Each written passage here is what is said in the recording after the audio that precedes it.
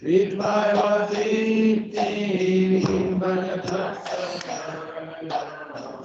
Vande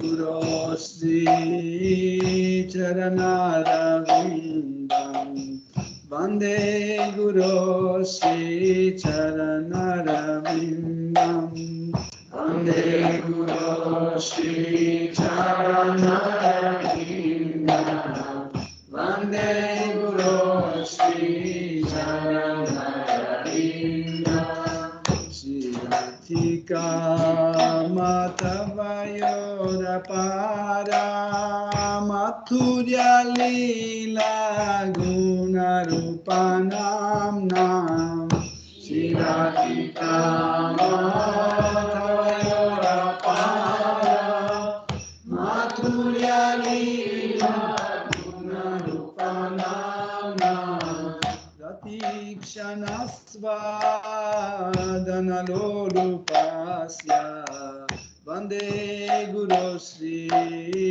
Charanarvindam Ratikshanasvadanalolupasya Vande Guru Sri Charanarvindam Nikunjayuno Rati ke lisithai Ya yaliphir yuktir apekshaniya Jayuno Rati ke lisithai Ya yaliphir yuktir apekshaniya Tatrati dakshat Ativalabhasya Vande Guru Sri Charanarvindam Tatrati Dakshat Ativalabhasya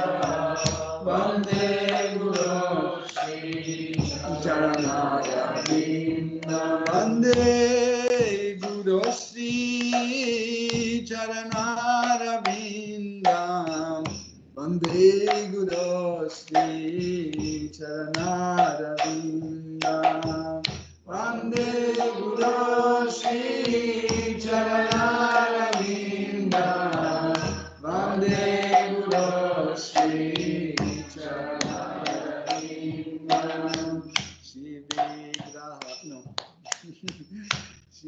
Sakshadadvitvena Samastu Shastrai Uktastatha Bhavyata Eva Sadhi Sakshadadvitvena Samastu Shastrai Uktastatha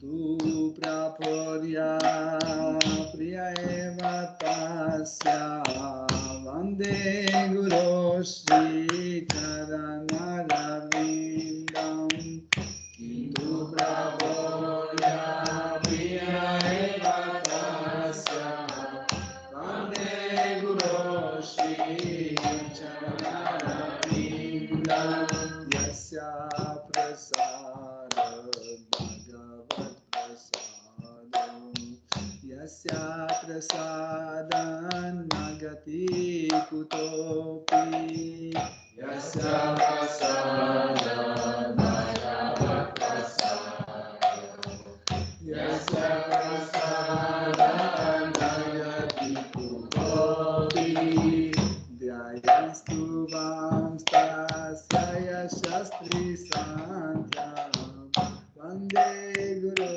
Sri Charanarvindam Dhyayastu vamstasya shastri santyam Vande Guru Sri Charanarvindam Vande Guru Sri Charanarvindam Vande Guru Sri Charanarvindam Vande Guru Sri Charanarvindam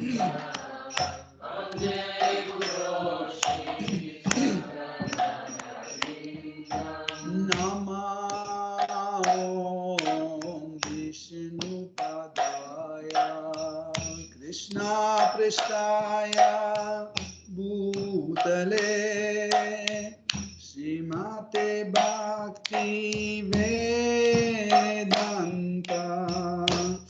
Swaminiti Namine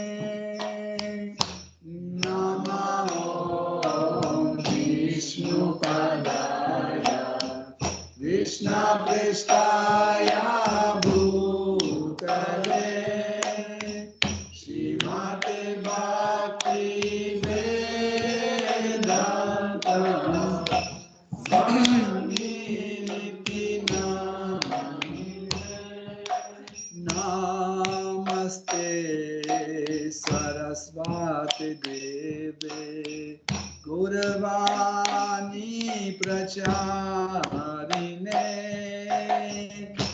Nirvishesha Sunyavadi Paschatya Deshatarine Namaste Sarasvati Devi Gauravani Pracharine Nirvishesha Sunyavadi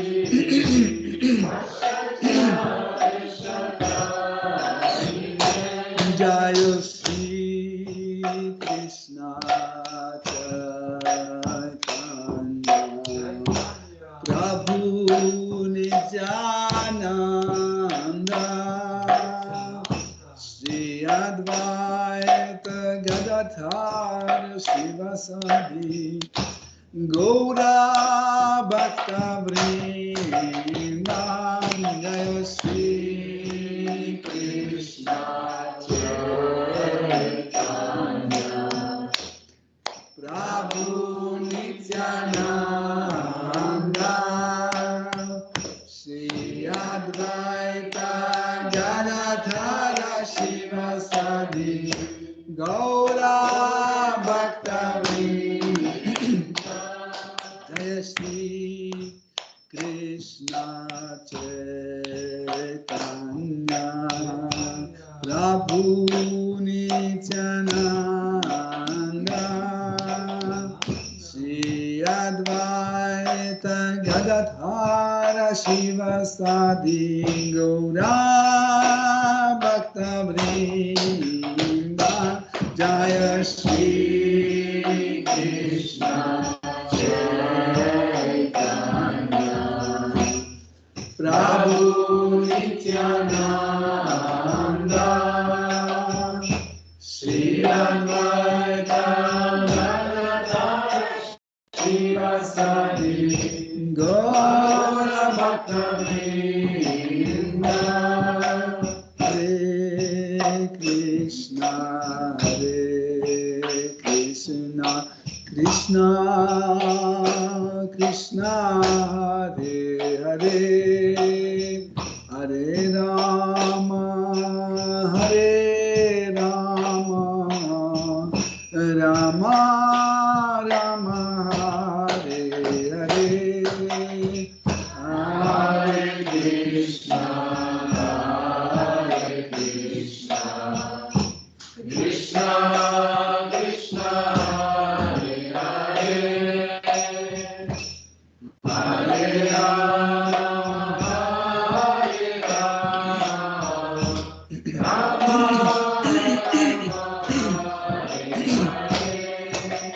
Hare Krishna Krishna Krishna Hare Hare Hare Rama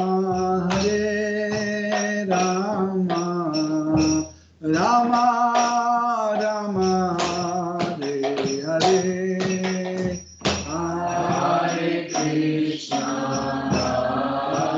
Krishna Krishna Krishna Hare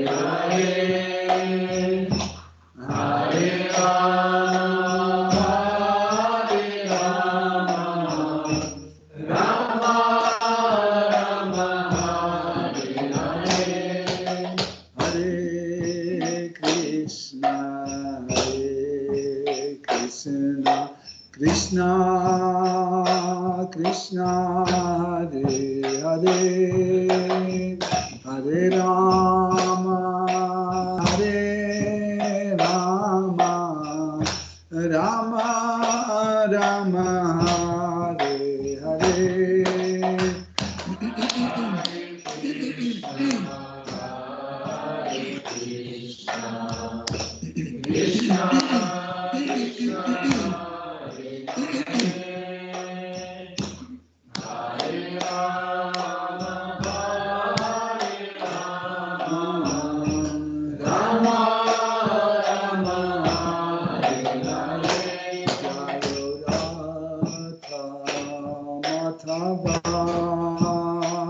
Kunja Bihari Jaya Radha Madhava Kunja Bihari Jaya Radha Madhava Kunja Bihari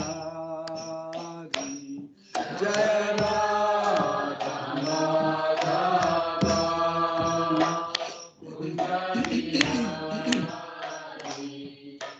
Gopi Janavalapha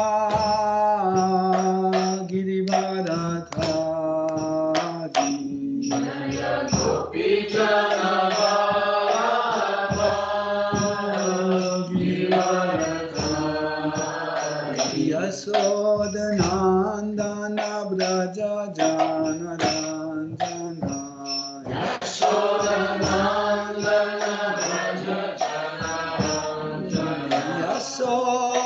Yasodhanandana Braja Janaranjana Yasodhanandana Braja Janaranjana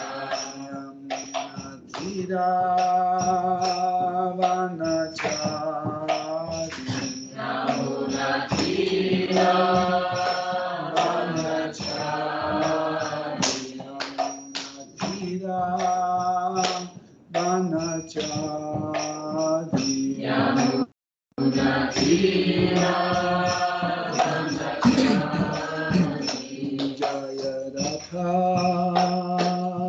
Madhava Kunja Bihari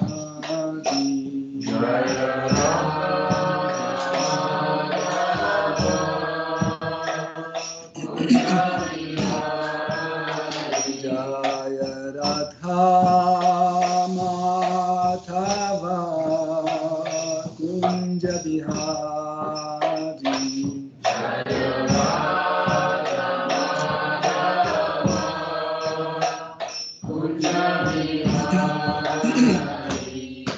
Jai Jai Shri Radha Parishishwara ki Jai Shri Radha Govinda Radha Madhava ki Jai Shri Jagannath Shri Baladev Shri Mati Subhadra Devi ki Jai Shri Jagannath Swami Patita Pavana ki Jai Shri Shri Nitai Sachi Suta Advaita Chandra Gadadhar Shivasadi Gaura Bhakta Vrinda ki Jai Jai Sitaram Lakshman Hanuman Bharata Shatrugna Yochatam ki Jai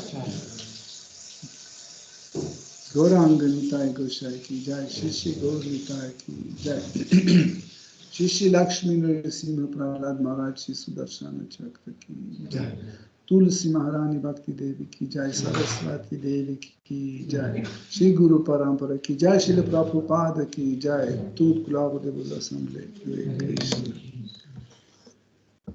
Om Ajnanati Mirandasya Jananjana Shalakaya Chakshurumilitam Yena Tasmai Shri Gurave Namaha Shri Chaitanya Manobhishtam Stapitam Yena Bhutale Swayam Rupa Kadamayam Dadati Svapadantikam Vandeham Shri Guru Shri Yuta Padakamalam Shri Gurum Vaishnavam Shri Rupam Sagrajatam Sahagana Raghunatham Vitam Tam Sajivam Sadvaitam Savadutam Parijana Saitam Krishna Chaitanya Devam Shri Radha Krishna Padan Sahagana Lalita Shri Vishakam Vitam Shcha He Krishna Karuna Sindhu Dinabandhu Jagatpate Gopesha Gopika Kanta Radha Kanta Namostute Tata Kanchana Gaurangi Radhe Vrindavaneshwari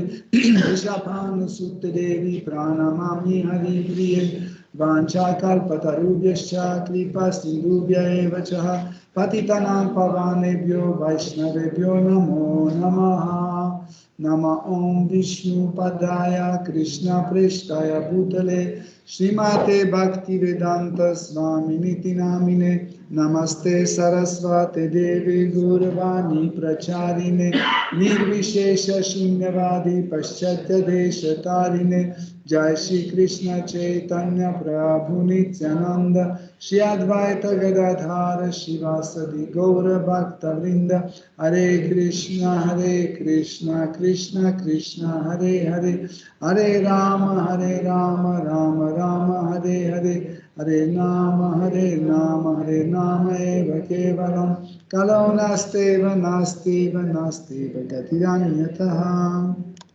Om Namo Bhagavate Vasudevaya Om Namo Bhagavate Vasudevaya Om Namo Bhagavate Vasudevaya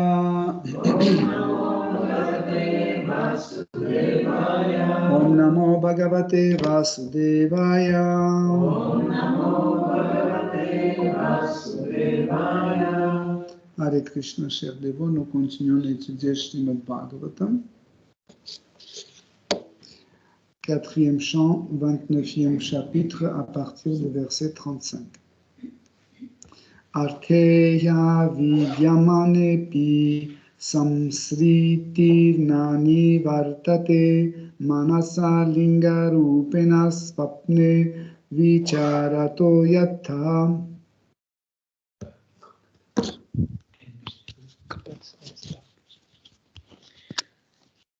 Verset 35, traduction. Nous souffrons parfois à la vue d'un tigre lors d'un mauvais rêve ou d'un serpent vision. Mais en réalité, il n'y a ni tigre ni serpent. Ainsi nous créons diverses situations sur le plan subtil dont nous devons subir les conséquences. Ces souffrances ne peuvent être apaisées à moins que nous nous soyons tirés de notre rêve. Teneur porté par Srila Prabhupada. Comme l'enseignent les Védas, l'âme reste à jamais distincte des deux sortes de corps matériels, le corps subtil et le corps grossier. Toutes nos souffrances ont pour origine ces deux corps de matière. C'est ce qu'explique la Bhagavad Gita 11.14. Éphémères, joies et peines, 2.14. Éphémères, joies et peines, comme été et hiver, vont et viennent, ô fils de Kunti. Elles ne sont dues qu'à la rencontre des sens avec la matière, ô descendants de Bharata. Et il faut apprendre à les tolérer sans en être affecté. Shri Krishna explique ainsi à Arjuna que toutes les souffrances suscitées par le corps apparaissent pour ensuite disparaître, de telle sorte qu'il nous faut apprendre à les tolérer. L'existence conditionnée est donc à l'origine de toutes nos souffrances, puisque celles-ci disparaissent lorsque nous échappons à la condition matérielle.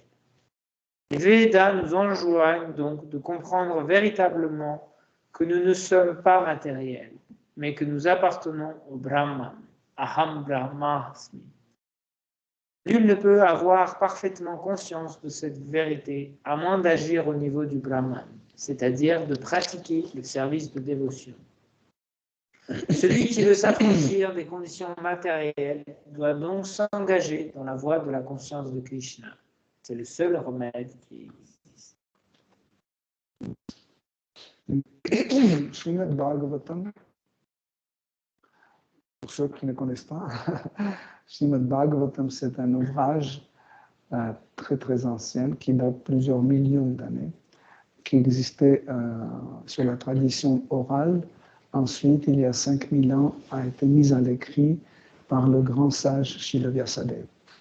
Donc, nous considérons que Srimad Bhagavatam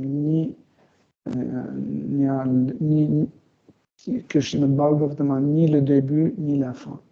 Donc pourquoi? Parce que Srimad Bhagavatam est composé de divertissements du Seigneur suprême et de divertissements de ses dévots, de ses fidèles.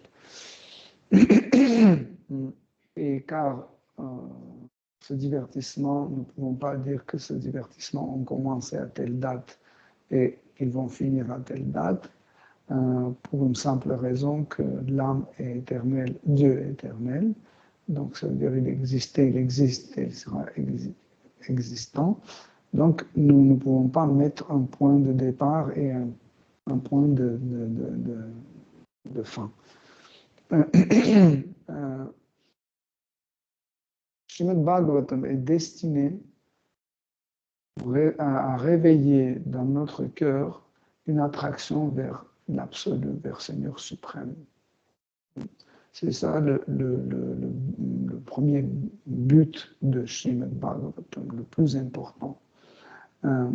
Et ainsi, deuxième chose importante dans Srimad Bhagavatam, c'est que Srimad Bhagavatam, il donne la voie et la méthode comment on peut atteindre la vérité absolue.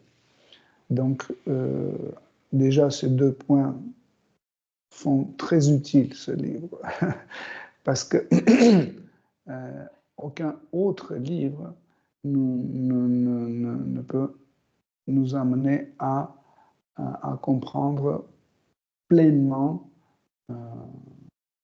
la vérité absolue. Bien sûr que nous pouvons donner des exemples des autres livres sacrés comme Coran, comme la Bible, les évangiles, etc. Mais si on fait une analyse comparative avec Srimad Bhagavatam, nous allons voir que, en fait, tous ces livres sacrés, ils font partie de Srimad Bhagavatam, car Srimad Bhagavatam est beaucoup plus large et beaucoup plus profond. Donc, pour celui qui veut vraiment atteindre la vérité absolue, il est nécessaire d'écouter Srimad Bhagavatam. Nous sommes dans un épisode où Sri Narada Muni, le grand sage, un grand maître spirituel de cet univers, est en train de donner les instructions au roi Prachinabarhishat. Pour quelle raison il est venu et il donne des instructions si le roi Prachinabarhishat était quelqu'un de très correct, très religieux, etc. ne pouvez pas venir quelque part où tout se passe bien et dire, bon, finalement, il faut faire comme ça, comme ça, comme ça.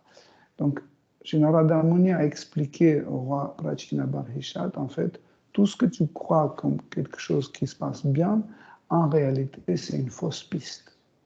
C'est comme, imaginez que vous prenez un bus sur lequel il y a écrit 3B. Et vous êtes très content parce que vous savez que le numéro 3 amène à tel endroit que vous voulez. Et vous êtes très content, vous voyagez dans ce bus et vous arrivez ailleurs. Pourquoi? Parce qu'en fait, vous n'avez pas fait attention, parce que c'est 3B. Ce n'est pas 3, mais c'est 3B. Et il vous a amené quelque part ailleurs. Mais pourquoi vous avez pris ce bus? Parce qu'il ressemble à bus numéro 3. Oui.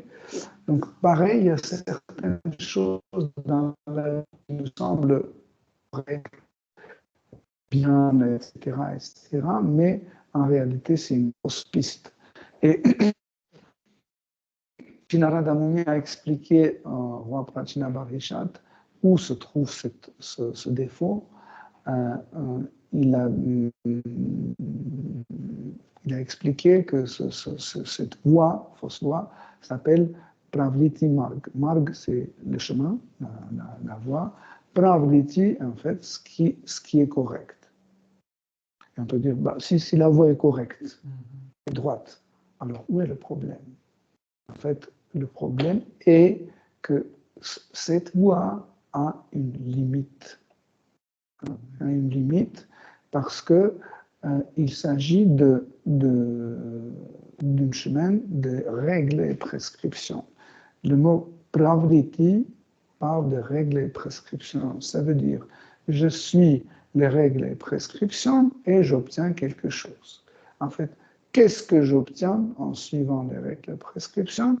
J'obtiens la bonne santé, j'obtiens un bon business, j'obtiens, je ne sais pas, une belle famille, les enfants, les vacances, etc., sur la planète édénique, etc., tout.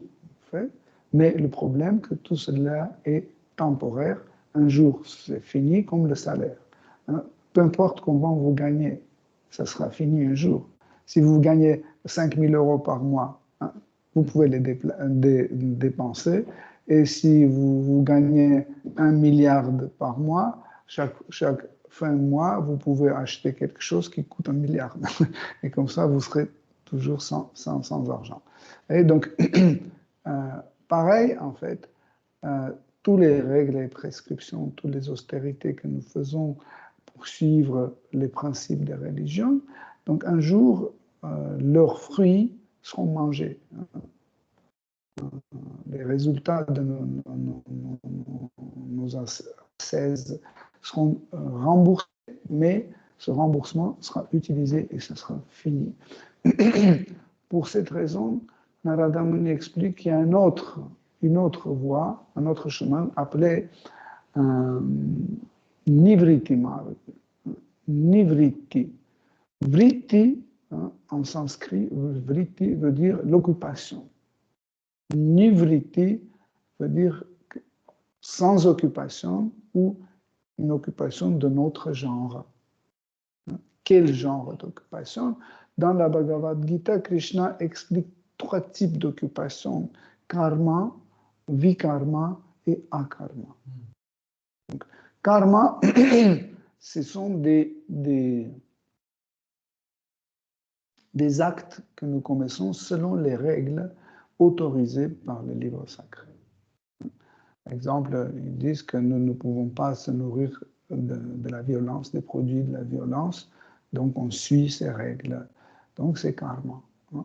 Nous devons respecter les autres principes d'association avec les autres êtres vivants, comme les hommes, les animaux, les plantes, les microbes, parce que les microbes aussi, ce sont des êtres vivants. Donc,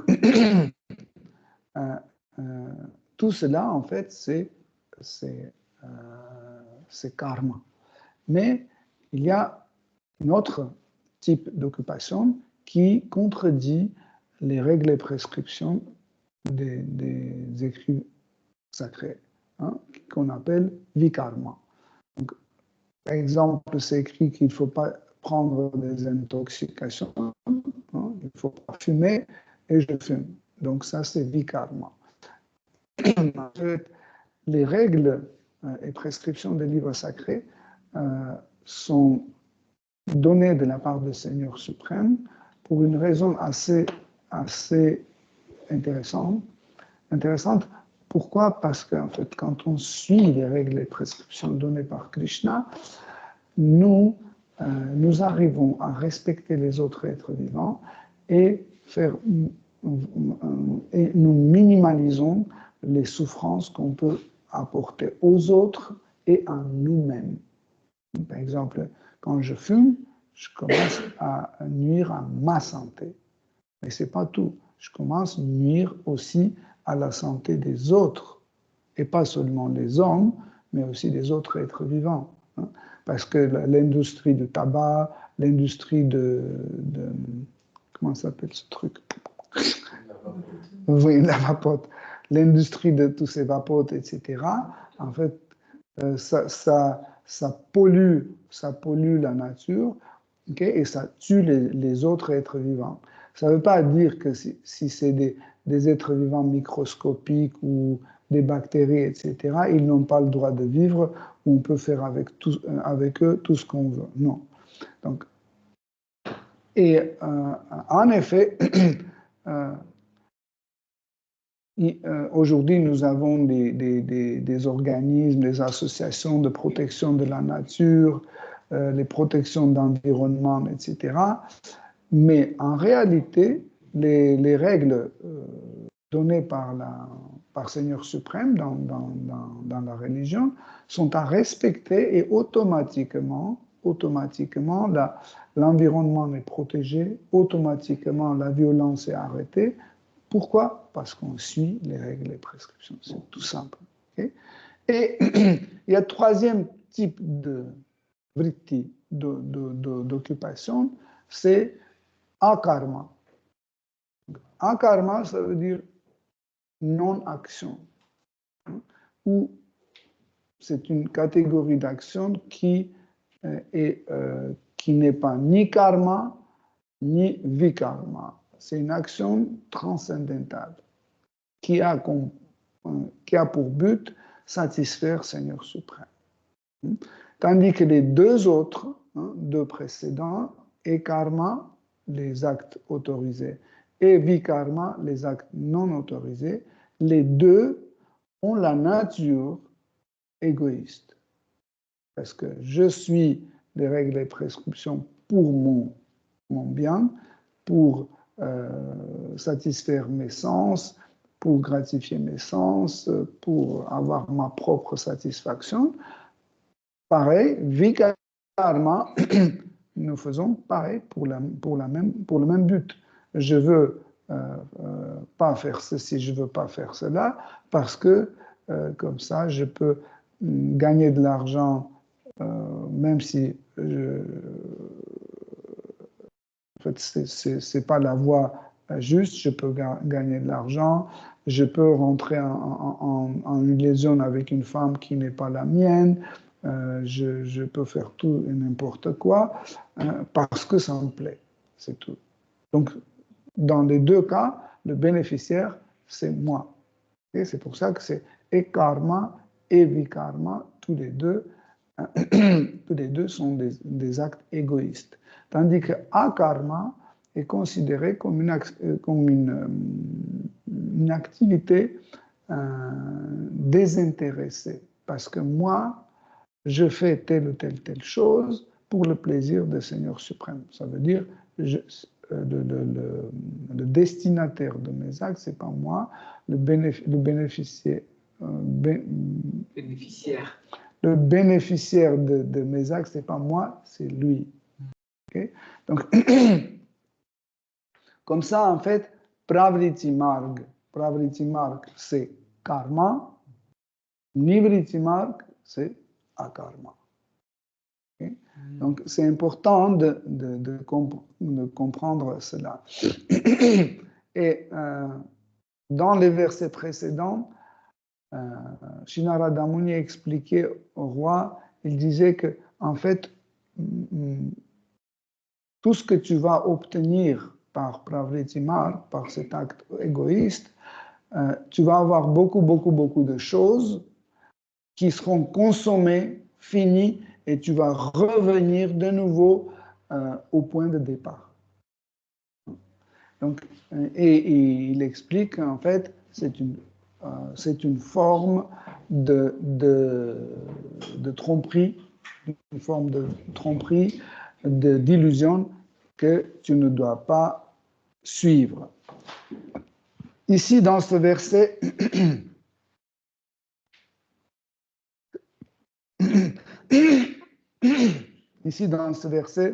Narada Muni explique la vraie cause de la souffrance. Si dans le verset, il y a le mot arthe. Arthe veut dire la véritable cause. Donc, quelle est la véritable cause de notre souffrance? La véritable cause de notre souffrance, c'est l'illusion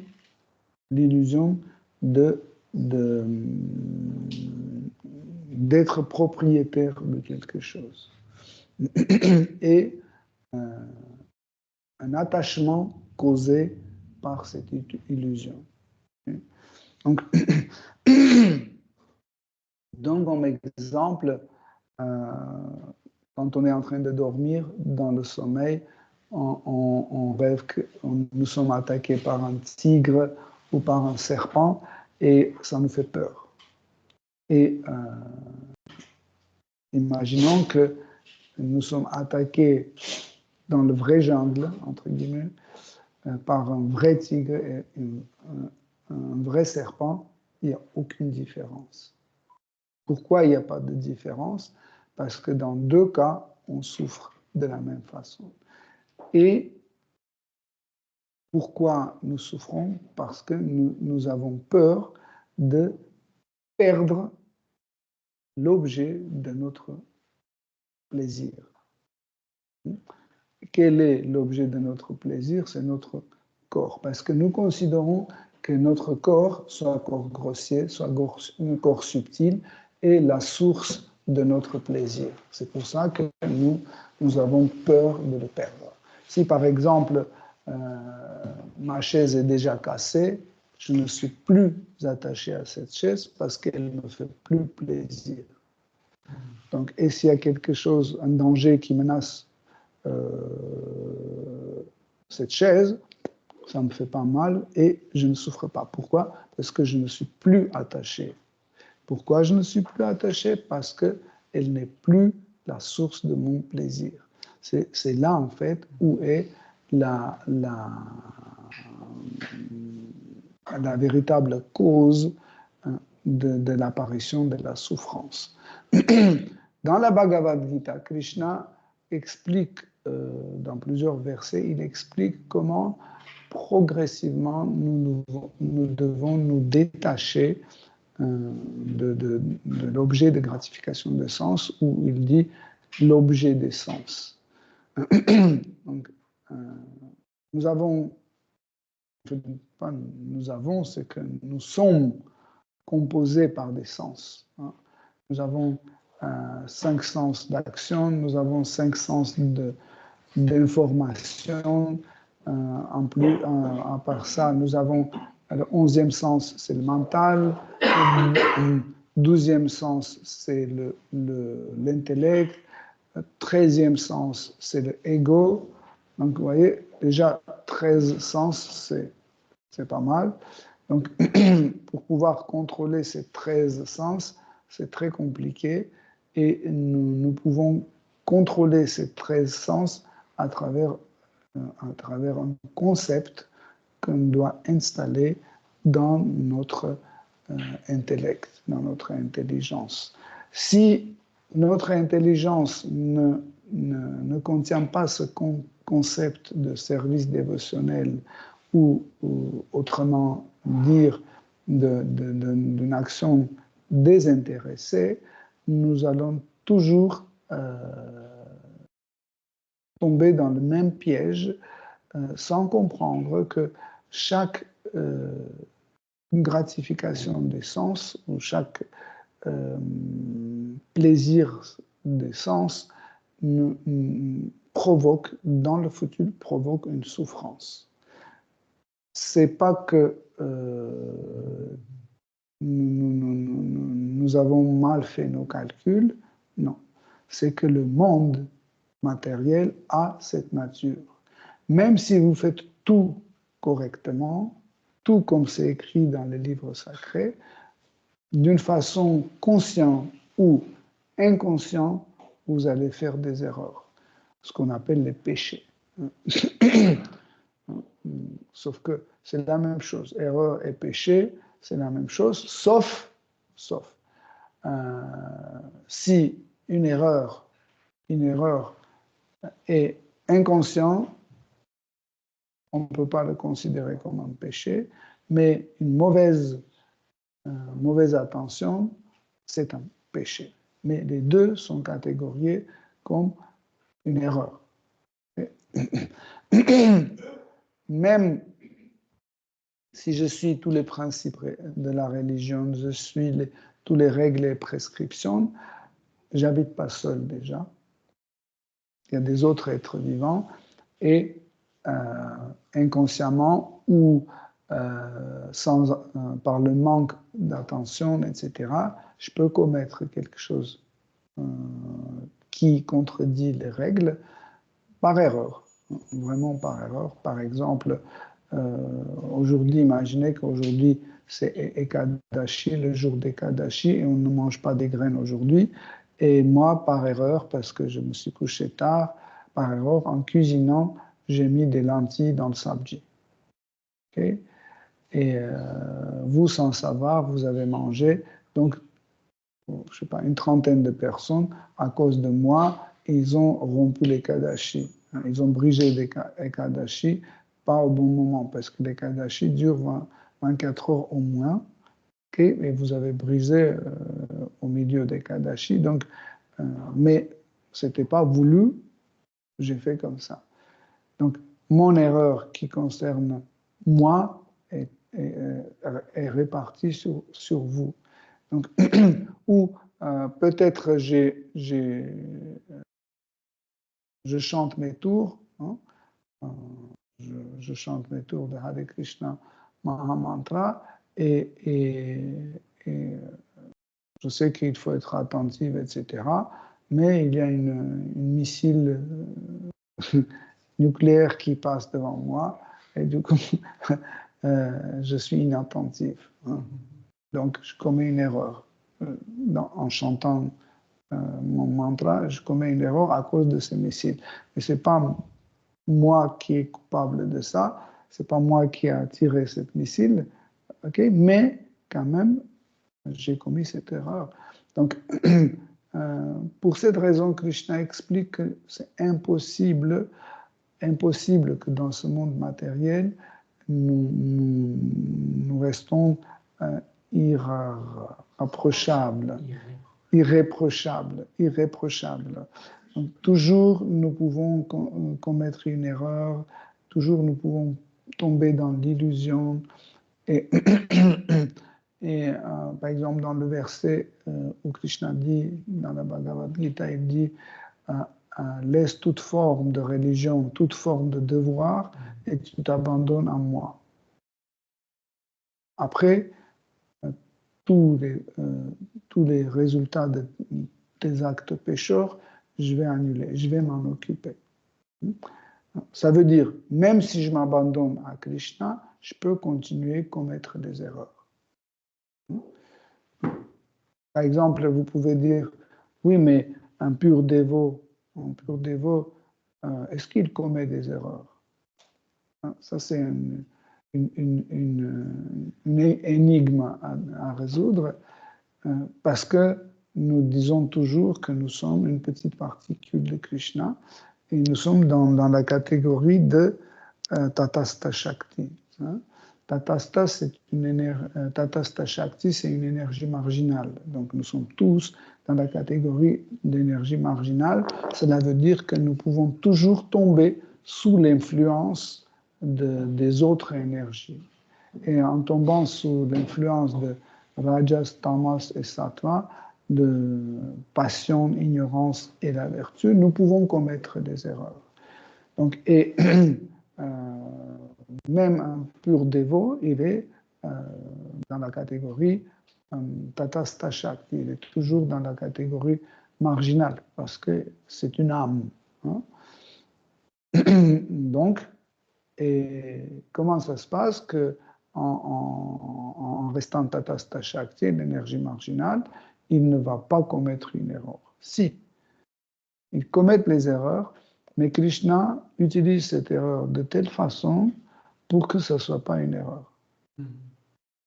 Il l'intègre dans ses divertissements de telle façon que c'est voulu. C'est voulu. Des fois, même Krishna, il pousse son dévot à commettre une erreur. Des fois, ça arrive aussi. Il pousse son dévot, comme par exemple, Krishna, dans le Mahabharata, Krishna a poussé les 5 Pandavas, il a poussé pour qu'ils commettent des erreurs en jouant les dés, pour qu'ils perdent l'Indraprastha, leurs femmes, Draupadi, tous leurs argents, tout leur terrain, etc. C'est Krishna les a poussés. ou dans l'histoire des 4 Kumars, quand les 4 Kumars sont allés à Vaikuntha dans le monde spirituel, et Jai Vijay, les portiers, ils n'ont pas laissé passer le 7e porte, et ils ont maudit les 4 Kumars, maudit les 2 portiers, et quand Krishna est venu pour résoudre ce problème, il a dit aux 4 Kumars, il a dit, en réalité, c'est moi qui les a poussés à agir de cette façon. C'est moi la cause de leur erreur. Vous voyez, donc, pour ça, Krishna dit aussi dans la Bhagavad Gita, Arjuna, il dit, mon dévot ne va jamais périr. Tu peux, avec un courage, tu peux annoncer ça partout et à tout le monde. Pourquoi? Parce que même si un dévot, en faisant beaucoup d'efforts pour satisfaire Krishna, il peut commettre des erreurs, il ne va pas périr. Parce que Krishna prend la responsabilité et il annule les imperfections de service de dévot. Okay? Ça, c'est important à comprendre. Donc, l'illusion dans sa racine a l'idée d'identification. C'est ça, en fait, la base de l'illusion, c'est l'identification. Par exemple, je m'identifie avec ce corps. Ça, c'est une illusion. Pourquoi? Parce que, en fait, si je suis ce corps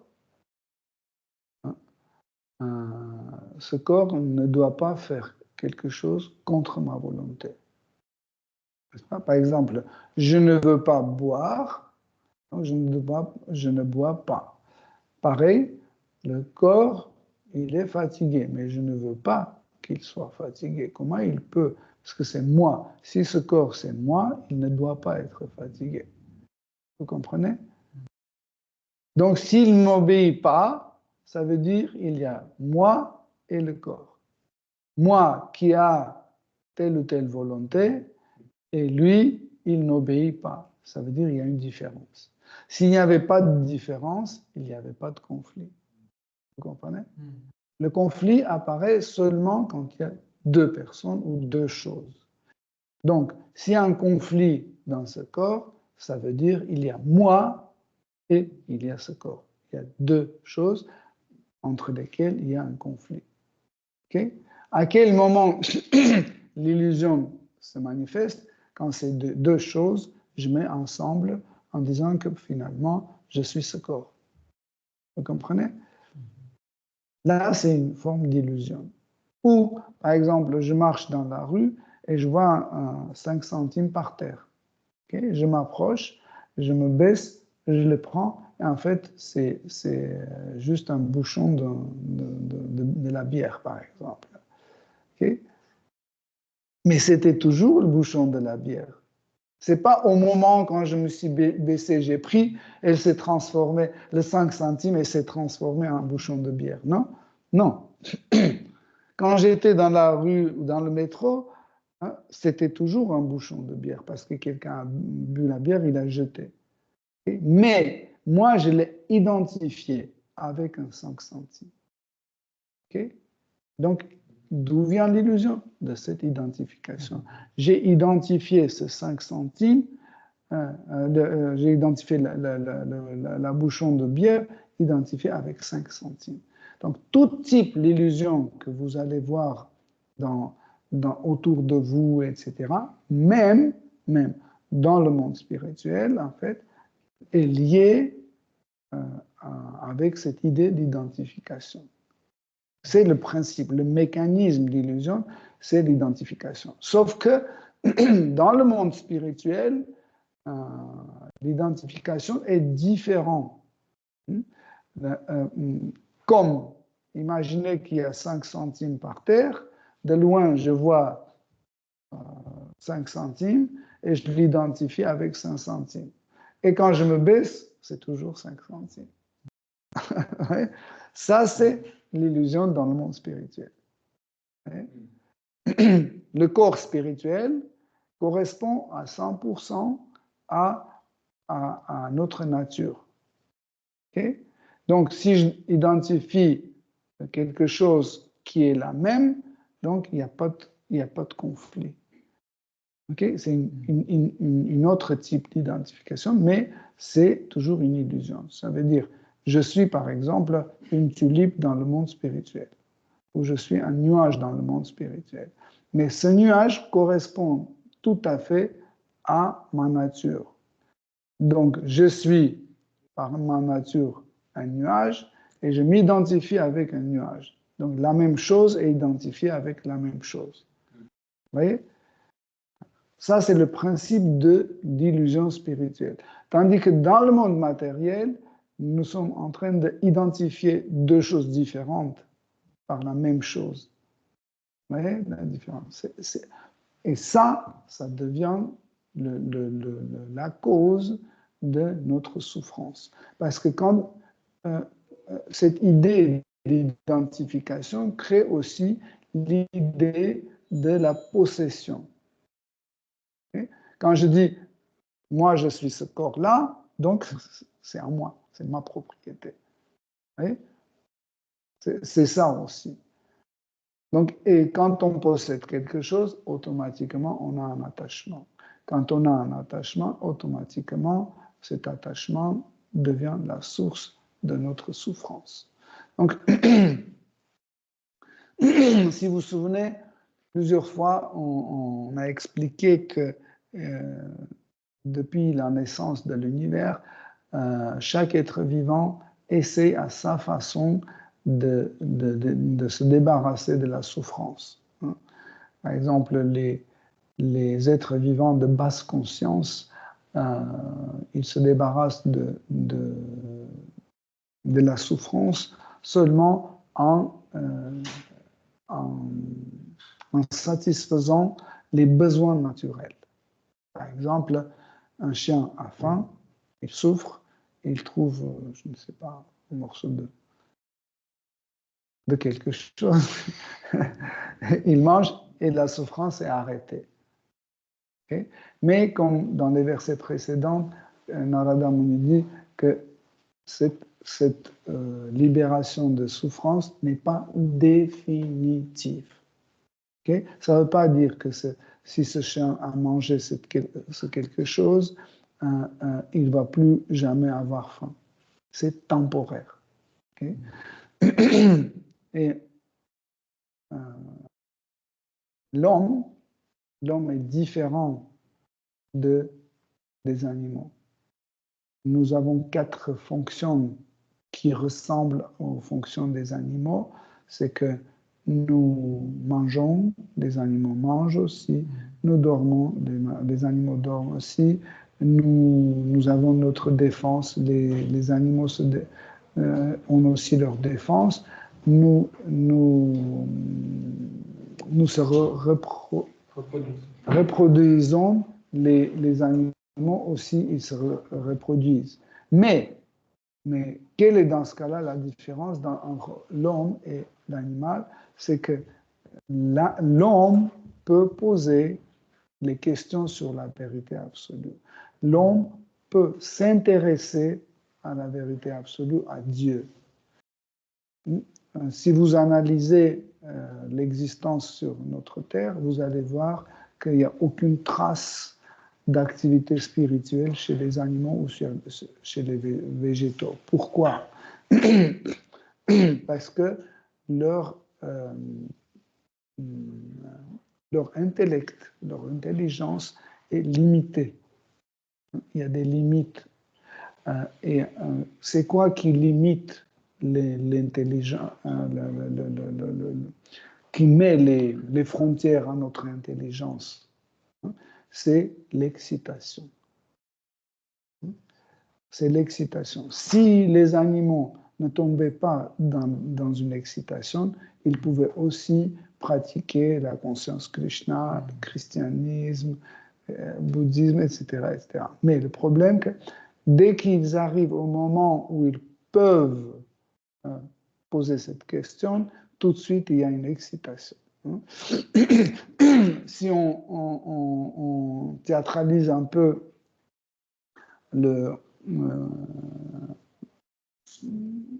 par exemple, l'état interne d'un chien, en fait, vous pouvez imaginer que ce chien, par exemple, son organe le plus sensible, c'est le nez. Donc, il rentre, par exemple, ici, il peut s'asseoir et écouter Srimad Bhagavatam, parce qu'il a capacité, il a la faculté d'entendre. Okay? Mais dès qu'il arrive, il fait Sabji. Sabji. Après, il habite dans le 17e. Oui. Et après, métro. Chapati. Oui. Les vêtements ne sont pas lavés. Donc, chaque fois, il ne peut pas prendre quelque chose développé. Par exemple, imaginez, je suis un chien, j'entre et tout de suite, je dis, oh, sabji aux carottes. Okay? J'ai senti, donc, je peux développer ça. Je peux développer. Comment je peux développer cette idée? Je peux dire, voilà, est-ce que ce sabji était fait avec le ghee ou avec l'huile de tournesol? Est-ce qu'ils ont mis de l'épice ou pas? Est-ce que c'est déjà offert à Krishna ou pas? Vous voyez? Je peux réfléchir, je peux analyser si mon mental n'est pas excité. Tandis qu'un chien, dès qu'il fait ça, tout de suite, il fait une réaction de rejeter ou d'accepter. Si vous avez remarqué, en fait, même nous, dès qu'il y a une situation, peu importe laquelle, quand on commence à agir avec un mental excité, la première chose, c'est de rejeter ou accepter tout de suite.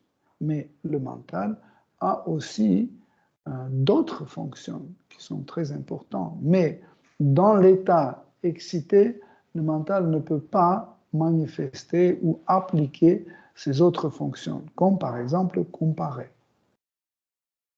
Par exemple, vous je ne sais pas, vous voyez un nuage qui arrive et tout de suite, vous dites, il faut courir à la maison, il faut courir à la maison parce qu'il va pleuvoir, etc. Pourquoi? Parce que tout de suite, vous avez eu peur par l'excitation de mental, parce que vous êtes très attaché à votre corps, vous dites, oui, je vais me tremper, etc. Que l'autre fonction de mental, comme la comparaison, vous n'allez pas appliquer. Mais imaginez que vous n'êtes pas attaché à votre corps, vous dites, mais alors, si la pluie tombe sur moi, ça tombe sur moi, tant pis. Je ne suis pas attaché à ce corps-là, donc je peux appliquer une autre fonction, par exemple la fonction de comparer.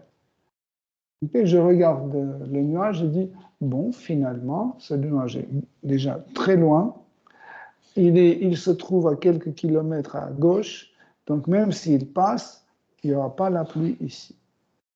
Ouais. Le mental n'était pas excité, comme ça j'ai pu appliquer une autre faculté de mon mental. Ou une autre faculté de mental, se souvenir. Okay?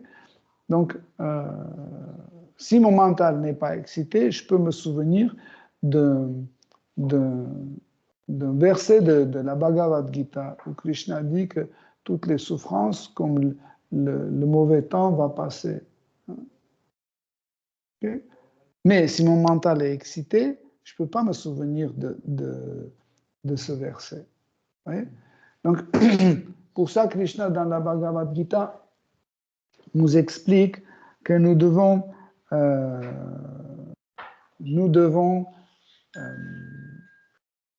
pouvoir contrôler nos sens. Ça veut dire faire de telle sorte pour que nos sens ne soient pas excités. Tous les grands maîtres de yoga, soit Bhakti Yoga, soit Ashtanga Yoga, ou autres yoga, ils expliquent que nous devons satisfaire nos sens sans les mettre en excitation. Ça, c'est, par exemple, quand on mange, même si notre langue touche la nourriture, la langue ne doit pas être excitée. Quand on est en train de faire un service dévotionnel, par exemple, on est en train de nettoyer le sol, laver le sol, ou composer les compositions florales pour Krishna, etc. Même pendant ce service, on doit faire attention pour ne pas être excité, parce que on est en contact avec l'énergie matérielle. Et l'énergie matérielle, elle est excitante. Elle est de la nature féminine et elle a cette nature d'exciter les sens. Donc, pourquoi les choses nous plaisent? Parce qu'ils excitent nos sens. Imaginez que vous êtes en train de manger une soupe et il n'y a pas de goût. Qu'est-ce que ça veut dire pas de goût? C'est que la langue n'est pas excitée. Comme ça, vous rejetez cette soupe parce qu'elle n'excite pas la langue. En général, nous aimons les choses qui excitent nos sens. Hein? Regardez, tout ce qui est mauvais, ce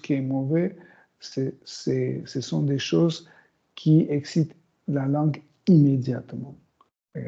Les cigarettes, je ne sais pas, la drogue, la viande, le chocolat, le café, en fait, toutes les mauvaises choses, il est tout de suite. C'est pour ça que c'est sur la liste, ils sont dans les premiers, parmi les premiers. Mais pour éviter d'avoir les sens excités, nous devons faire attention à la quantité, la durée de contact avec les objets de sens, parce que la durée est très importante aussi. Par exemple, avoir un contact avec quelqu'un 3 minutes, 5 minutes, un jour, un an, c'est différent. Par exemple, quelqu'un peut être très agréable quand on est en contact avec lui pendant 5 minutes. Au bout de 5 minutes, il commence à nous énerver. Ça veut dire que nos sens sont excités. Okay? Donc, il y a la quantité, il y a la durée, hein, et aussi il y a la façon d'être contacté avec l'objet de sens. Ça veut dire être conscient, qu'est-ce que c'est. Par exemple, quand je suis en train de manger, je dois être conscient, qu'est-ce que je suis en train de manger. Quand je parle avec quelqu'un, je dois être conscient pourquoi je parle et avec qui je parle. C'est toujours très important. Si je ne respecte pas cela, les sens seront tout de suite excités et nous ne pouvons plus pratiquer notre vie spirituelle. C'est très, très difficile et des fois pratiquement impossible de pratiquer la vie spirituelle quand nos sens sont excités. Pour cette raison, pour avancer dans la vie spirituelle, nous mettons des règles dans notre quotidien. Hein. On met des restrictions. Si on ne met pas ces restrictions, nous ne pouvons pas arriver au but de notre existence, en l'amour pour Seigneur suprême. Jésus-Christ, dans les évangiles, il dit la même chose. Il dit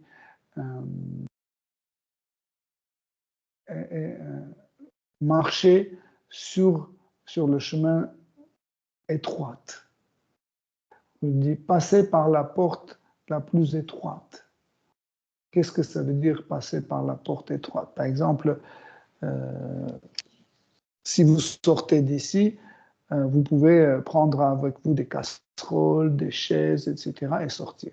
Ça veut dire tous vos attachements, vous pouvez apporter avec vous. Mais imaginez que cette porte ne fait pas 70 cm, mais fait 30 cm. Donc, une casserole qui fait 50 cm de diamètre ne va pas passer. Okay? Donc, vous serez obligé de la lâcher, de l'abandonner pour pouvoir traverser cette porte. Donc, quand vous êtes coincé dans cette porte, vous devez faire un choix. ou la casserole ou Krishna. Sinon, vous allez rester devant la porte avec votre casserole et vous ne pourrez pas franchir cette limite et passer de l'autre côté.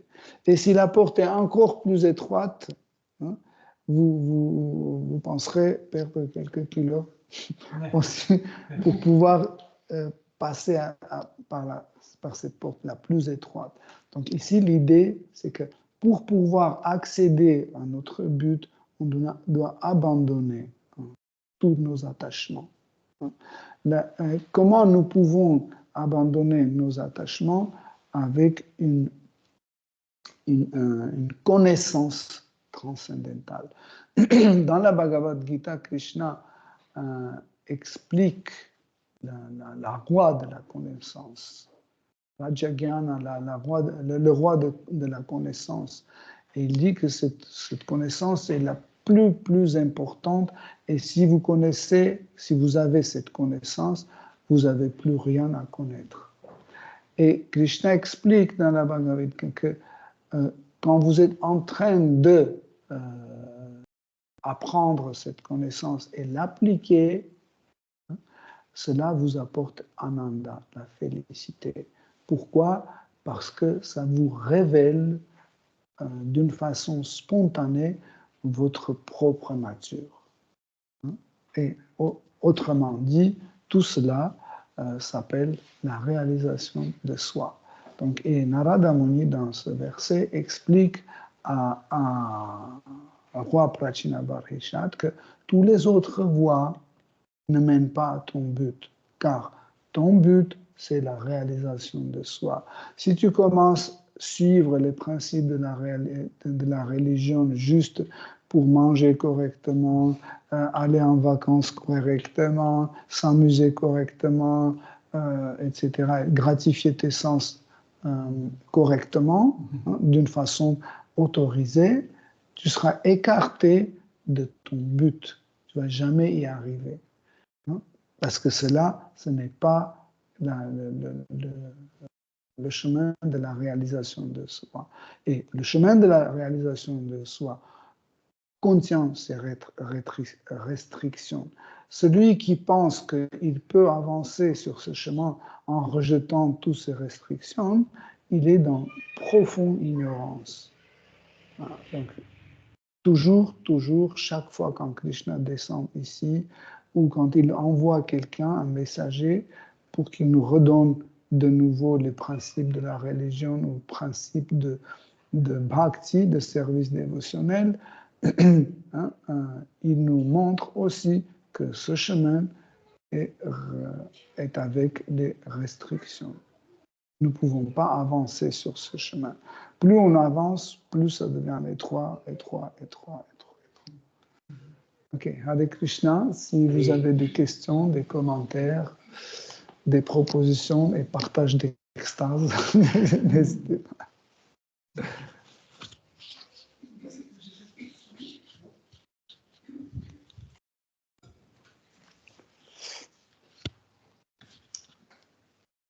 Merci. Concernant Vikarma, j'ai une question. Comment s'opposer ou refuter des affirmations du genre si le tabac a été inventé par le Dieu, si le Dieu qui l'a donné, après le vin, même le cannabis, etc. Tout ça, c'est pour consommer quand même. En fait, tout est la miséricorde du Seigneur suprême. Le cannabis, le vin, les carottes, etc., etc. Mais chaque chose a son utilisation. Par exemple, l'acétone, white spirit, existe aussi, mais vous ne le buvez pas. Vous nettoyez la peinture, les taches, etc. Vous diluez la peinture, n'est-ce pas? Ce n'est pas forcément que si le vin existe, il faut absolument le boire. Il y a autre utilisation. Même pour le cannabis, il y a une autre utilisation. Par exemple, le cannabis et l'alcool étaient utilisés pour anesthésier le corps pour les opérations chirurgicales, par exemple. Par exemple, nous ne buvons pas du thé, parce que c'est un excitant. Un. Deuxièmement, il empêche le métabolisme, plus précisément anabolisme, ça veut dire quand il y a des éléments qu'on doit coller ensemble. Tout ce genre des substances comme le chocolat, café, thé, etc., il empêche en fait ce processus. Et tous les métaux et ce genre de produits font sortir des métaux de notre corps. Mais ça ne veut pas dire que Dieu les a créés d'une façon inutile. C'est le contraire. Il est utile, mais il faut savoir où, dans quel contexte l'appliquer. Dieu a créé l'homme, n'est-ce pas? Ça ne veut pas dire que je dois faire un barbecue avec sachet et le manger.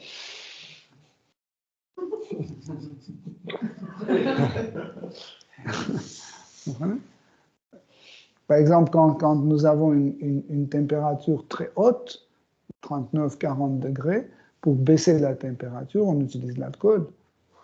Vous mélangez l'alcool avec de l'eau pour arriver à 40-45%, et vous appliquez sur tout le corps, et tout de suite, il y a une réaction endothermique, et ça absorbe notre température, et ça refroidit le corps. C'est immédiat, un effet immédiat. Le même vin, par exemple, vous pouvez faire, avec le vin, vous pouvez faire le vinaigre, qu'on n'utilise pas non plus. On ne mange pas de vinaigre, mais la même chose, vous pouvez diluer à 45%, 50%, diluer le vinaigre et appliquer sur le corps pendant la fièvre qui est très grave. Et tout de suite, ça baisse. Mais ça ne veut pas dire qu'il faut le boire. Et la viande, on peut ajouter qu'elle a été créée que les autres animaux mangent, parce qu'ils ne pourraient pas, en tout cas, n'en est pas pour nous. On mange la nourriture qui n'est pas. Parce que nous sommes égoïstes et nous pensons que tout est pour moi. Non, il y a des choses qui ne sont pas pour moi. Par exemple, il y a des animaux qui mangent des animaux. Ça, c'est pour eux, pas pour nous. Mais nous, on pense que tout est pour moi. En fait, Dieu a créé tout pour moi. Non. Dieu a créé aussi comment ça s'appelle, les vers de terre. Pourquoi tu ne manges pas? Il a créé. Hein? C'est pour les autres, c'est pour les oiseaux il a créé. Parce que Dieu, il pense à tout le monde. Nous, on pense qu'à nous.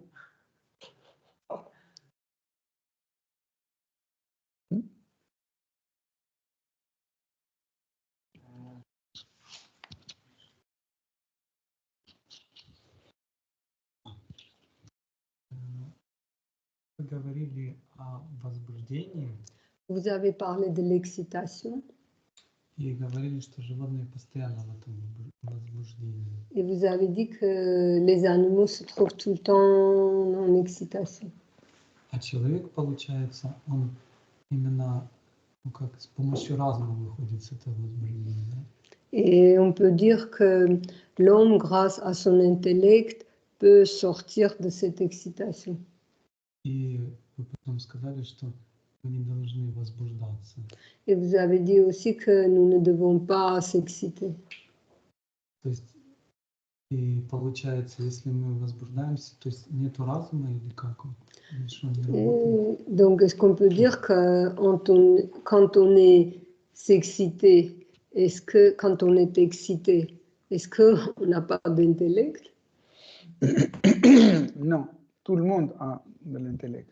Et les animaux, même les plantes, même les cristaux, ils ont de l'intellect, ils ont le mental, ils ont l'ego et la conscience. Car sans conscience, surtout, l'existence ne sera pas possible. Mais les formes les formes des êtres vivants ont certaines limites.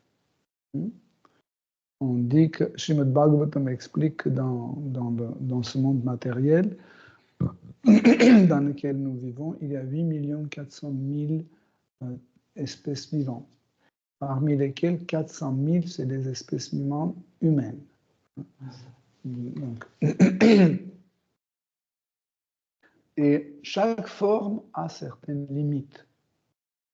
Par exemple, vous avez une petite casserole, vous avez une moyenne casserole et vous avez une grande casserole. Okay? Les capacités de chaque casserole n'est pas les mêmes. Okay? Donc vous ne pouvez pas mettre 30 litres dans une petite casserole. Ça ne permet pas, parce que originellement, elle est créée pour 1 litre. Okay? Pareil, les formes des animaux, des plantes ont été créées pour un autre type de fonctionnement. Un autre type de fonctionnement. Pour ça, Srimad Bhagavatam explique que la forme humaine est très très rare parce que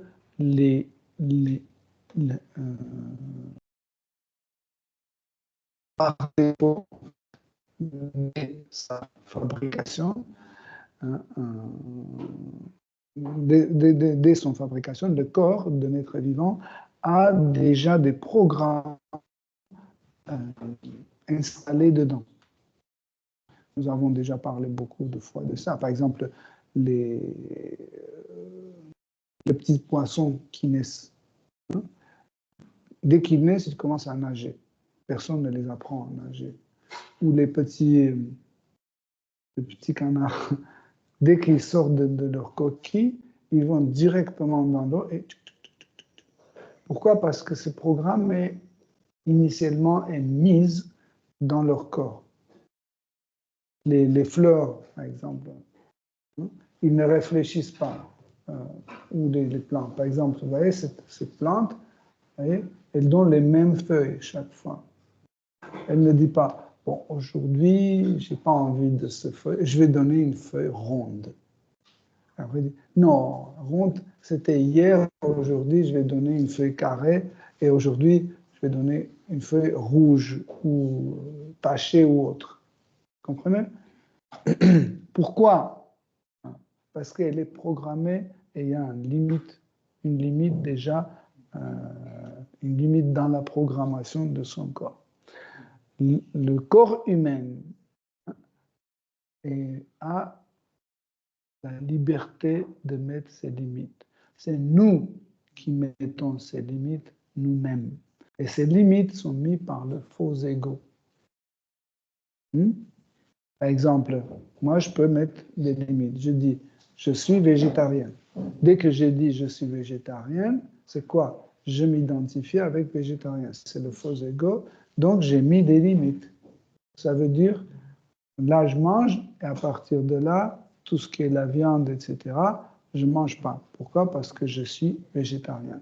Qui a mis ces limites? C'est moi, c'est mon faux ego. Parce qu'avant, je mangeais la viande. J'ai mis des autres limites en disant que je suis carnivore. Et moi-même, j'ai changé les limites. Maintenant, c'est fini. Avant, je disais, je peux boire tout et n'importe quoi. J'ai poussé les limites. Et maintenant, je dis non, pour ma vie spirituelle, c'est mauvais. Donc, je fais des restrictions. J'ai mis d'autres limites. Ça veut dire, nous ne pouvons pas vivre sans mettre des limites. Mais l'homme, l'être humain, peut pousser les limites. Parce que la forme permet. Tandis que pour les autres types, comme les animaux, les plantes, etc., des limites, c'est très très difficile, voire impossible de pousser. Il y a certains cas, par exemple, un cas sur 1 million où un animal ou un végétal commence à fonctionner autrement. C'est rare, c'est vraiment rare, comme je dis, 1 sur 1 million. Ça veut dire qu'il y a une particularité. À part le forme standard, il y a une particularité. Par exemple, j'ai vu une fois pousser un lierre d'une façon extraordinaire. Jusque maintenant, je ne peux pas expliquer comment c'est possible. En général, vous voyez comment les lyres poussent, non? D'une façon très aléatoire, comme ça. Et en fait, il y avait, là où je travaillais, il y avait un très très grand mur et il y avait un tuyau comme ça à 45 degrés. Et ce côté, il n'y avait rien. Et au pied de ce tuyau, comme ça, il y avait un lierre qui poussait. Et en fait, il poussait comme ça, et il était aligné avec ce tuyau 45 degrés. Et ce côté-là où il n'y avait rien, ce lierre faisait le même 45 degrés. Incroyable, non? J'arrivais pas à comprendre comment c'est possible. Donc, il y avait quelque chose de plus de programme par défaut. Certains animaux aussi peuvent montrer certaines choses qui est au-delà d'un programme par défaut mise dans un corps. Parce que chaque corps, hein, soit animal, végétal, etc., c'est un robot organique ou minéral, etc., qui a un programme initialement installé. Hein. Par exemple, chez un être humain, c'est les parents qui installent ce programme au moment de la conception. Ils mettent le programme et ce programme commence à fonctionner dès qu'ils sont déjà conçus dans l'utérus, ils commencent à se développer par le programme mis par leurs parents. Et pourquoi il y a ce programme? Parce qu'au moment de conception, les parents sont concentrés sur leur plaisir sexuel, c'est-à-dire sur eux-mêmes. Qu'est-ce que ça veut dire sur eux-mêmes? Sur leur propre programme. Et à travers le spermatozoïde et ovule, il y a en fait la programmation de cet enfant qui doit avoir les programmes de père et le programme de mère. C'est pour ça que les enfants ressemblent à leur père et à leur mère. Les deux. Il y a des traits des deux côtés qu'ils héritent. Mais l'homme, la forme humaine, a ce cadeau de la part de Dieu, pouvoir pratiquer la conscience de Krishna. Et si on ne profite pas de cette occasion, nous retombons de nouveau dans le samsara et on commence à naître dans des formes très tamasiques, dans des microbes, dans des bactéries, insectes, etc., pour arriver de nouveau à avoir une forme humaine. Hein? Ne pensez pas que c'est aussi facile de revenir à la forme humaine, parce que ça peut durer des millions de vies. C'est très, très difficile. Pour ça, Srila Prabhupada, dans ses livres, dit « Profitez de cette occasion. Vous avez maintenant la forme humaine. On ne sait pas, encore une fois, quand est-ce que j'aurai ça? À quelle occasion j'aurai ça? Ça peut vraiment avoir des millions de vies. Ne ratez pas cette chance.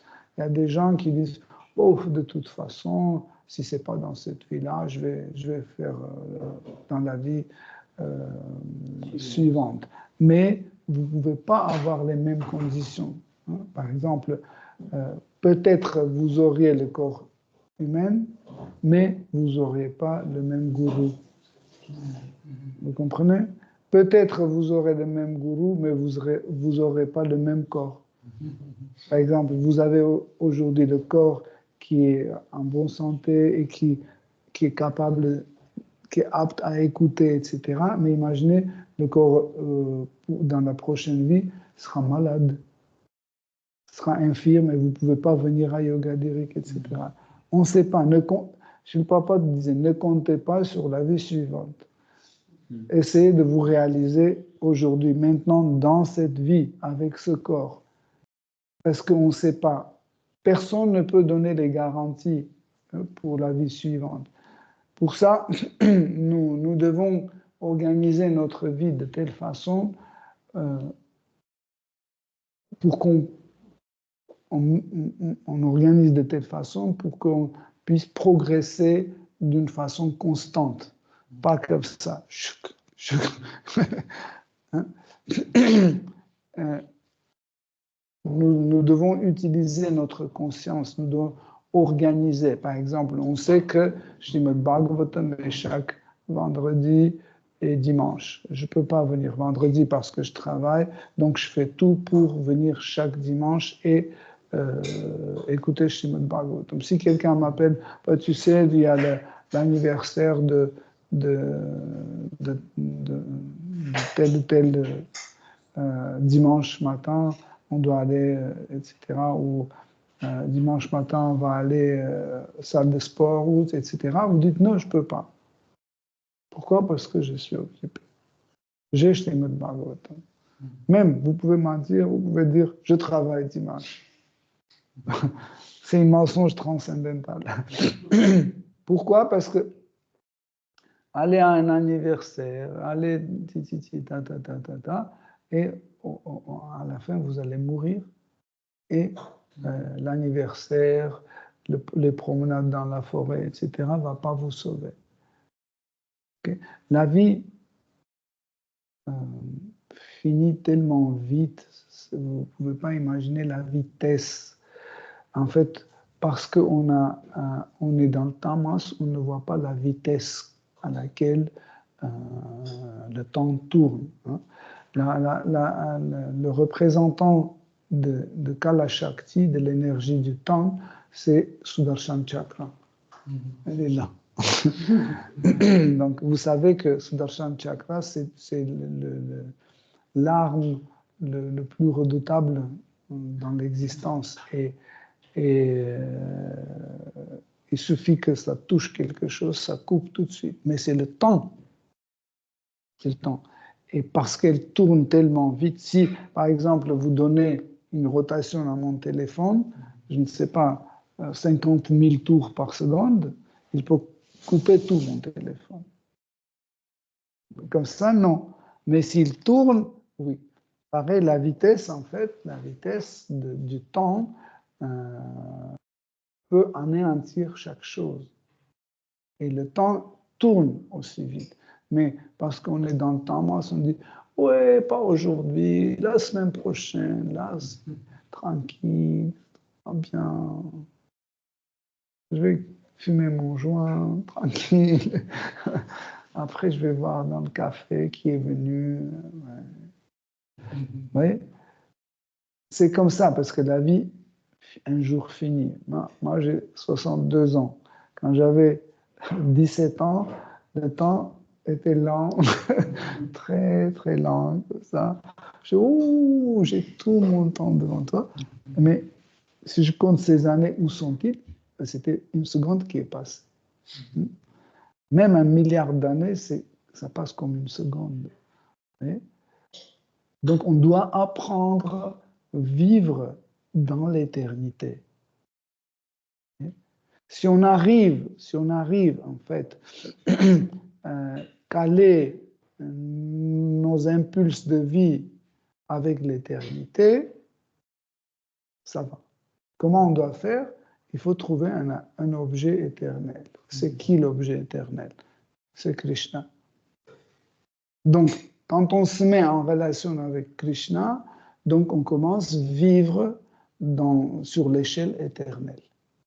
Si je me mets avec des êtres vivants comme mon chien, mon chat, ma voisine, mes parents, etc., tout est temporaire.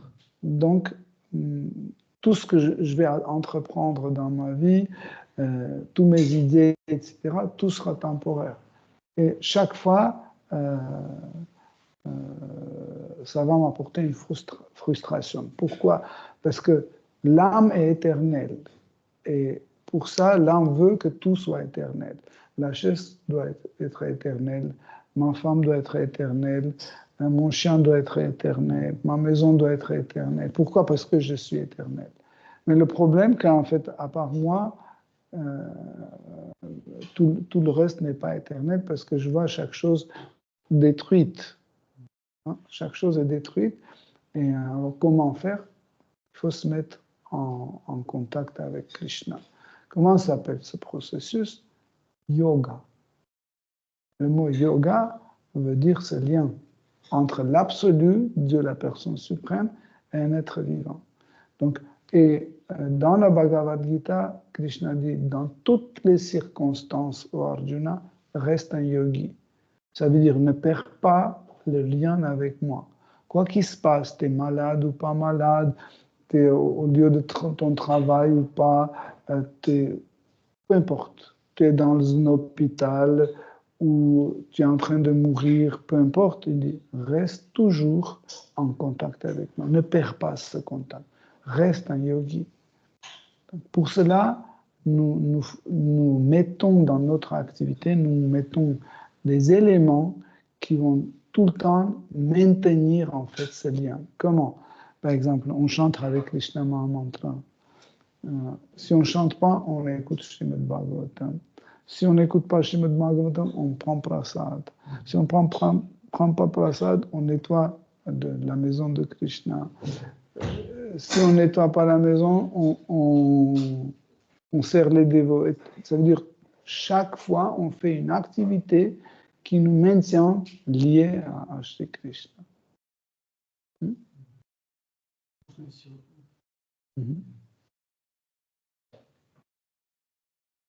Сказали, что вот человек может увеличивать эти рамки. Oui. Vous avez dit que l'homme ou un être humain peut repousser les limites de sa conscience. И также возбуждение есть. Et au moment d'excitation, И когда ты вот говоришь, я преданный, quand tu dis je suis un dévot, в этот момент ты так рамки эти увеличиваешь, что у тебя все тоже течет. nous repoussons toutes les limites et on devient excité. И как вот это не спутать именно с вот этим возбуждением? Mais comment faire pour ne pas mélanger en fait cet état avec l'état d'excitation? L'état d'excitation matérielle font oublier Krishna. Donc, par exemple, quand nous faisons quelque chose, par exemple quand un couple a une relation sexuelle, à ce moment-là, il oublie Krishna. Quand on est en train de manger et waouh, ça c'est ce que j'aime, etc., on oublie Krishna. Quand on est en train de, je ne sais pas, faire des choses en fait que nous faisons d'une façon inconsciente, donc ça fait oublier Krishna. Tandis que quand consciemment on s'identifie avec l'idée d'un dévot, donc tout ce que nous faisons comme un dévot. C'est l'idée de faux ego. Par exemple, je m'identifie avec un policier ou je m'identifie avec père de la famille, donc j'agis comme père de famille, comme policier, etc.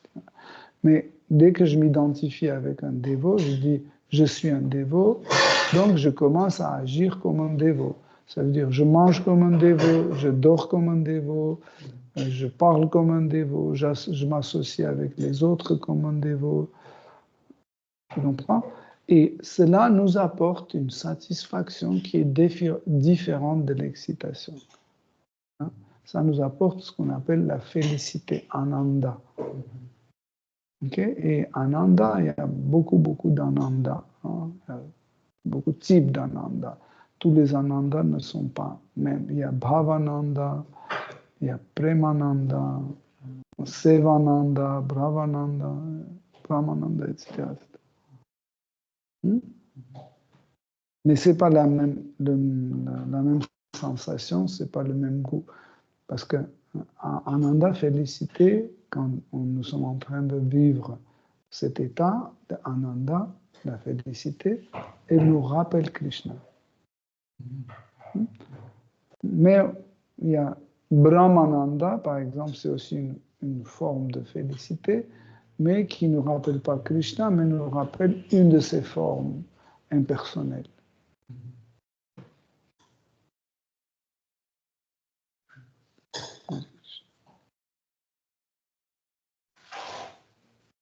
On a encore quelques minutes si vous avez des questions.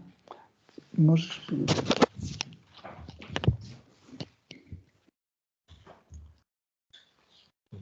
Question par rapport à la similitude entre les animaux et donc les hommes, les formes, formes animales, les formes humaines. Très souvent, donc, j'entends ou je lis qu'il y a ces quatre activités qui sont communes entre les hommes et les animaux, et que la foi au Dieu, c'est ce qui distingue vraiment l'homme des animaux.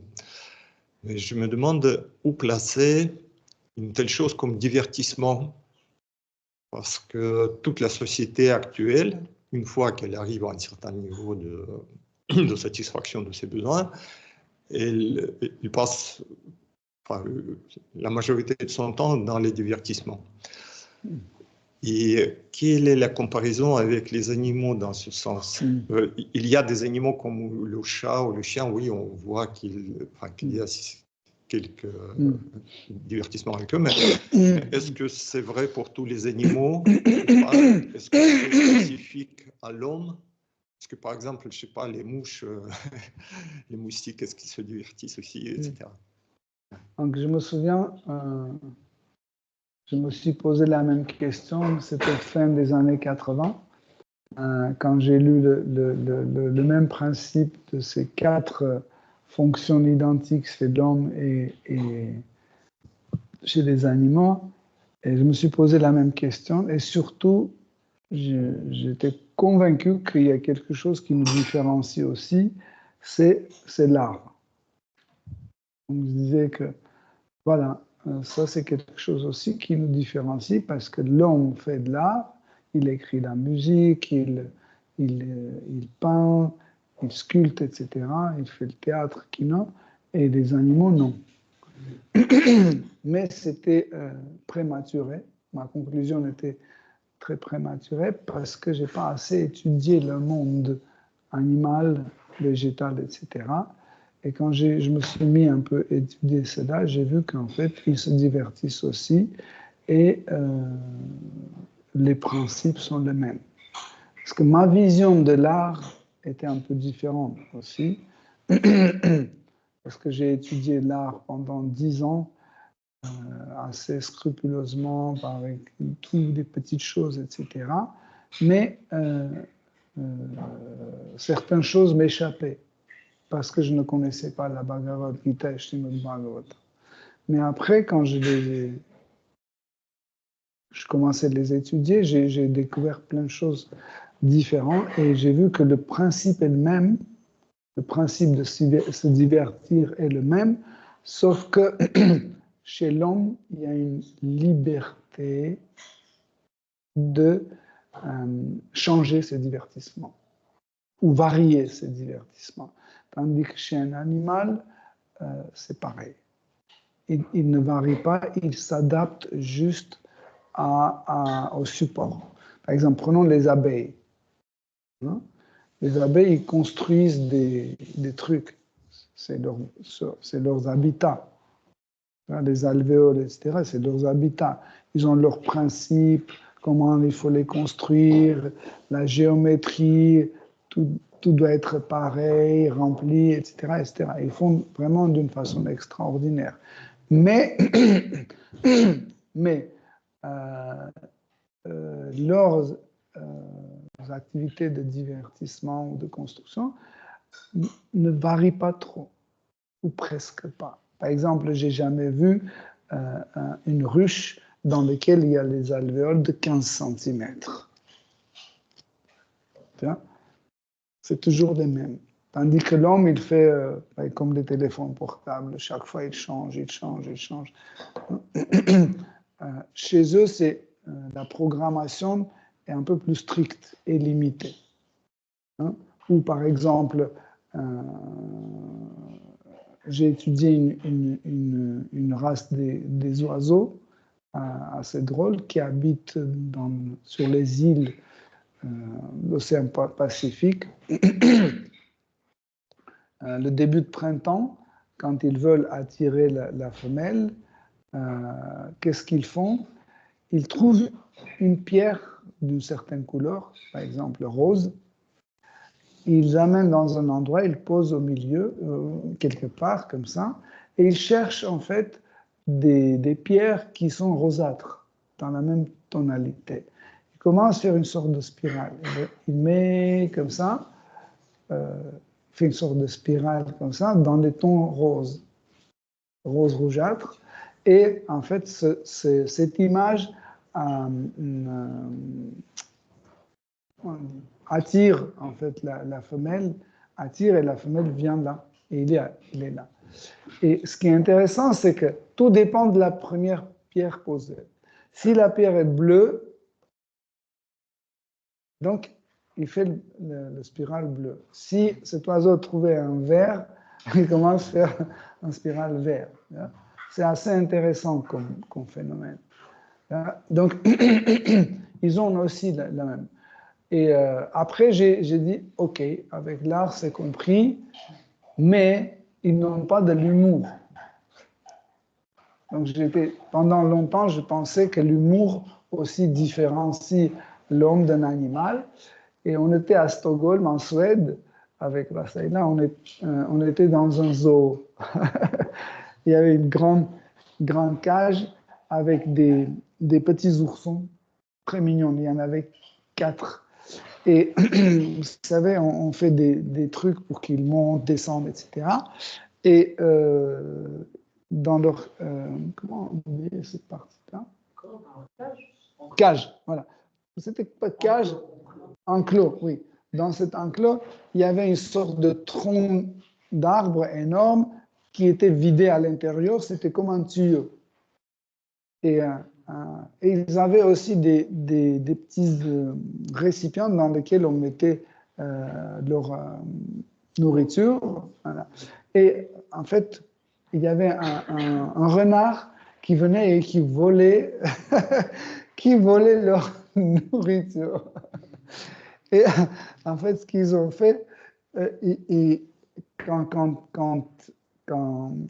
le renard est arrivé, il a pris cette nourriture, il veut s'échapper. 2 oursons se sont mis comme ça de ce côté-là, et l'autre, le troisième, s'est mis comme ça. Donc il n'avait pas de choix, ce renard. Il est rentré dans ce tronc, et puis le 4e, il est monté, il a fermé l'autre côté. Et ceux qui étaient en bas, ils roulaient par terre comme ça, et ils riaient.